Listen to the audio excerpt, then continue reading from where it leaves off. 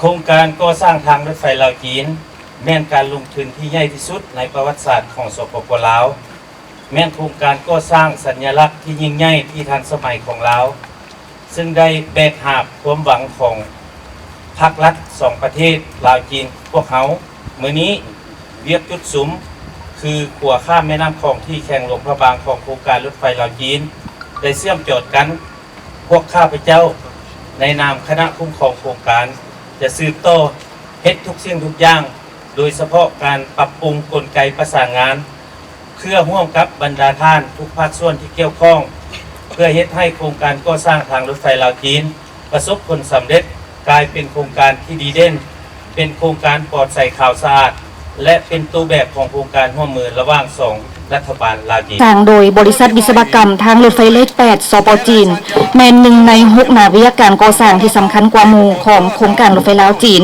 ซึ่งได้แก่นาวิกการก่อสร้างขัว2แห่งและนาวิกก่อสร้างอุโมงค์4แห่งที่เป็นโครงการจุดสมทางด้านเทคนิค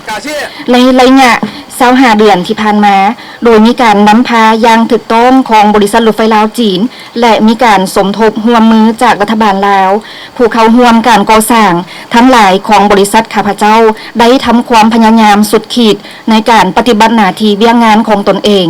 จนเฮ็ดให้ขัวข้ามน้ำคลองหลวงพระบางสามารถสำเร็จการเสื่อมจอดในช่วงดึกเวลา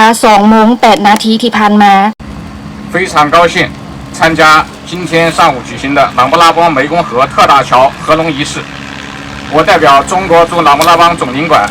对湄公河特大桥合龙表示热烈的祝贺，对所有参与和支持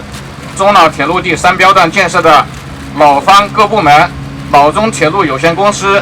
以及承建方中铁八局所有员工付出的辛勤努力，表示衷心的感谢，并致以崇高的敬意。